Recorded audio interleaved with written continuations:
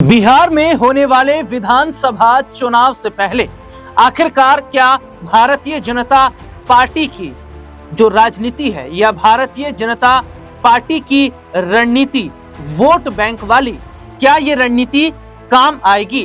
क्या भारतीय जनता पार्टी ने अभी से जातिगत कार्ड खेलना शुरू कर दिया है? और क्या बीजेपी अब इस तरीके की रणनीति तैयार कर रही है कि किस तरीके से जातीय आधार पर वोट को तैयार किया जाए? दरअसल इस साल होने वाले बिहार विधानसभा चुनाव से पहले बीजेपी नहीं चाहती है कि उनके हाथ से किसी भी तरीके का कोई भी मौका चला जाए, और यही वजह है कि बीजेपी में इस वक्त मंथन क्या चल रहा है। इस वक्त बीजेपी के अंदर मंथन ये चल रहा है कि जो टिकटें बांटी जाएं वो जाति के आधार पर बांटी जाएं। और जरा ध्यान से सुनिएगा कि आज से कुछ महीनों पहले नीतीश कैबिनेट के अंदर बड़े बदलाव किए जाते हैं, और नीतीश कैबिनेट के अंदर जो बदलाव किए गए इसके अंदर जातिगत कार्ड ही देखने को मिला। तो क्या बीजेपी यहां पर जातिगत कार्ड खेलकर पूरी तरीके से वोट को अपनी तरफ कर पाने में कामयाब रहेगी? लेकिन यहां पर आप इसको ये भी सुनिएगा या इस तरीके से भी आप इन चीजों को समझिएगा कि क्या बीजेपी ने जो गलतियां की हैं उसका खामियाजा भी क्या उन्हें उठाना पड़ेगा? और जो नाराज वोट बैंक है क्या वो बीजेपी को वोट करेगा? नाराज वोट बैंक कौन कौन से हैं? जिनमें पहला अगर हम बात कर लें दलितों की, देखिए सबसे बड़ी बात क्या है कि जिस तरीके से गृह मंत्री अमित शाह ने एक वक्त में जो बाबा साहब भीमराव अम्बेडकर का अपमान किया था, यह मुद्दा उठा जिस पर बीजेपी चुप रही। बिहार के अंदर नीतीश कुमार चुप रहे। आप उत्तर प्रदेश में चले आइए, रामजी लाल पर जो हमला होता है वो भी दलित चेहरा है, उन पर भी चुप रहती है। और सीधे तौर पर यह देखा गया कि बिहार में कुछ समय पहले एक दलित बस्ती में आग लगा दी गई थी, उस मामले पर भी सरकार चुप रही थी।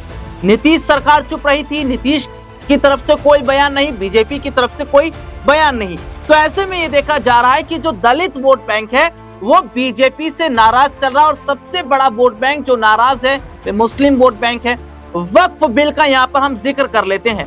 लोकसभा और राज्यसभा से वक्फ बिल पास तो कर दिया गया, लेकिन यहाँ पर यह देखा जा रहा है कि इससे जो नाराजगियां हैं वे मुस्लिम वोट बैंक के अंदर है और मुस्लिम वोटर्स के अंदर है। सबसे बड़ी बात यह है कि जिस तरीके से वक्फ बिल पास जो हुआ उसके बाद में नीतीश कुमार से मुसलमानों ने दूरी बनाई। नीतीश कुमार से हालांकि जो दलित समाज है वे भी कहीं ना कहीं दूरी बना चुका है। तो यहाँ पर एक चीज को ये देखिएगा कि जो हालात इस वक्त बने हैं वो ये बता रहे हैं कि जहां दलित वोट बैंक और मुस्लिम वोट बैंक ये तो नीतीश से भी नाराज है, बीजेपी से भी नाराज है, यानी कि जेडीयू और बीजेपी दोनों से नाराज है। और सबसे बड़ी बात यह है कि क्या अब उसको बांटने की यहाँ पर कोशिश की जा रही है? कैसे?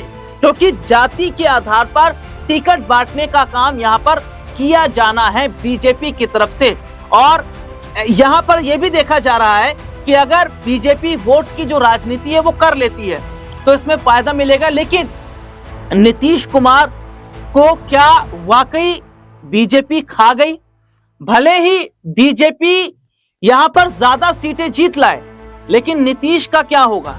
क्योंकि नीतीश ने यहां क्या अपने पैर पर ही कुल्हाड़ी नहीं मारी है, क्योंकि वक्फ बिल पर वो चुप रहे, समर्थन उन्होंने किया, दलितों के मुद्दों पर वो चुप रहे, बिहार में बीपीएससी जो पेपर लीक हुआ उस मामले पर चुप रहे, लॉ एंड ऑर्डर बिहार में लगातार खराब होता रहा उस पर चुप रहे। बिहार में हम देखते हैं कि बेरोजगार जो युवा हैं सड़कों पर उतरे, नौकरियों को लेकर उस पर चुप रहे। तो नीतीश की जो चुप्पी है वो चुप्पी कहीं ना कहीं नीतीश के लिए परेशानी का सबक बनती चली जा रही है। और सबसे बड़ी बात है ये कहा जा रहा है कि नीतीश लड़ विपक्ष से रहे हैं या अपनों से लड़ रहे हैं, क्योंकि नीतीश की लड़ाई विपक्ष से नहीं है, उनकी लड़ाई अपनों से है। क्योंकि जिस तरीके से नीतीश कैबिनेट के अंदर जो बदलाव किया गया और उसमें बीजेपी के चेहरों को जगह दी गई, जो पिछड़े समाज से हैं, यहाँ पर कुर्मी को भी, ठाकुर को भी, तमाम यहाँ पर वोट बैंक को ध्यान में रख के नीतीश कैबिनेट में हाल ही में कुछ बड़े बदलाव किए गए थे। और सबसे बड़ी बात देखिए यहाँ पर क्या देखा जा रहा है कि नीतीश कुमार का जो वोट बैंक है वो भी उनके हाथ से चला गया और जाता दिखाई भी दिया है। क्योंकि नीतीश ने वक्फ बिल का समर्थन किया, लेकिन उसका क्या नुकसान क्या फायदा होगा ये क्या वो नहीं समझ रहे थे। और सबसे बड़ी बात देखिए क्या है कि क्या अगर एनडीए की सरकार बनती है तो नीतीश सीएम रहेंगे या नहीं रहेंगे, और नीतीश अगर सीएम नहीं रहेंगे तो वजूद क्या रह जाएगा नीतीश कुमार का बिहार के अंदर। और क्या बीजेपी वो व्हेल मछली है जिसने नीतीश कुमार को निगलने का काम किया। देखिए बिहार में जेडीयू एक बड़ी पार्टी थी और बिहार में जेडीयू का एक अलग दबदबा भी था। और सबसे बड़ी बात है कि यहाँ पर अगर मैं कुछ वोट बैंक का जिक्र करूं, चाहे वे मुस्लिम हो, चाहे वे दलित हो, चाहे वे कुर्मी समाज हो या अन्य वोट बैंक हो, वो हमेशा नीतीश के साथ खड़ा रहा है और यहाँ पर नीतीश को फायदा पहुंचाता रहा है। लेकिन कहीं ना कहीं जिस तरीके से नीतीश कुमार कई मुद्दों पर चुप रहे, नीतीश कुमार कई मुद्दों पर बोले नहीं और उनके सामने ही उनके वोट बैंक उनसे खिसकते नजर आए। क्योंकि कुछ समय पहले जब देखिए इफ्तार पार्टी का आयोजन हुआ तो नीतीश के इफ्तार पार्टी से मुस्लिमों ने दूरी बनाई, जो दलित समाज है वो कहीं ना कहीं नीतीश से नाराज दिखाई दे रहा है। तो क्या नीतीश अब इन चीजों को समझने लगे हैं? क्या नीतीश अब इन चीजों को समझ रहे हैं कि अगर वो एनडीए के साथ रहे ज्यादा समय तक तो उनकी पार्टी पूरी तरीके से बर्बाद हो जाएगी। बीजेपी तो नेशनल पार्टी है, लेकिन अगर यहाँ जेडीयू का हम जिक्र कर लेते हैं, जेडीयू की अगर हम बात कर लेते हैं तो जेडीयू ये तो क्षेत्रीय पार्टी है और केवल बिहार तक ही सीमित है। और जो पहचान बनाई नीतीश कुमार ने वो पहचान अब कहीं ना कहीं खत्म हो रही है। और क्या यही वजह भी है कि नीतीश कुमार और चिराग की गुपचुप मुलाकात भी होती है इफ्तार पार्टी में, चिराग की पार्टी में नीतीश का आना, क्योंकि 2020 के वक्त में आप जरा देखिएगा कि ये वही चिराग पासवान हैं जिन्होंने एनडीए से अलग हटकर चुनाव लड़ा और नीतीश कुमार को झटका पहुंचा। उस वक्त बहुत ज्यादा अगर कहा जाए तो 36 का आंकड़ा हो गया था नीतीश कुमार और चिराग के बीच, क्योंकि एक आंख नहीं भा रहे थे चिराग नीतीश को, क्योंकि नीतीश का जितना भी काम खराब किया था वो काम खराब चिराग ने किया था। हालांकि हम देख रहे हैं कि 2020 के वक्त जो स्थितियां थी वो अब सुधरती नजर आ रही हैं और कहीं ना कहीं चिराग और नीतीश जिस तरीके से अब मिल रहे हैं या चिराग नीतीश के जो मधुर संबंध बन रहे हैं ये बताते हैं कि क्या नीतीश और चिराग एनडीए के साथ बड़ा खेल कर सकते हैं। क्योंकि आप ये भी देखिए बीजेपी के कई नेताओं के जो स्टेटमेंट आते हैं, बीजेपी के कई नेताओं के स्टेटमेंट जिसमें वो ये कहते हैं कि अगर सरकार बनी तो चिराग सीएम होंगे, जिसमें यह कहा गया सम्राट चौधरी विजय सिन्हा के चेहरे पर चुनाव लड़ा जाएगा, जिसमें यह कहा जाता है कि जो है नीतीश सीएम लायक नहीं है, जिसमें यह भी कहा जाता है कि अटल जी को सही मायने में श्रद्धांजलि तब मिलेगी जब यहाँ बीजेपी का सीएम होगा। ये तमाम तरीके की जो बातें बीजेपी की तरफ से की गई, इससे ये बात साफ हो जाता है कि क्या वाकई कहीं ना कहीं नीतीश कुमार ने अपने पैर पर कुल्हाड़ी नहीं मारी। हालांकि आरजेडी ये कह रही है, आरजेडी की तरफ से ये पहले कहा गया कि अभी भी मौका है, अगर नीतीश हमारे साथ आना चाहते हैं तो नीतीश आ सकते हैं। लेकिन ये देखा जा रहा है कि क्या अब नीतीश को ये बातें समझ में आने लगी हैं? क्या नीतीश को अब ये पता लग गया है कि बीजेपी व्हेल मछली है, वो केवल अपना फायदा देख रही है।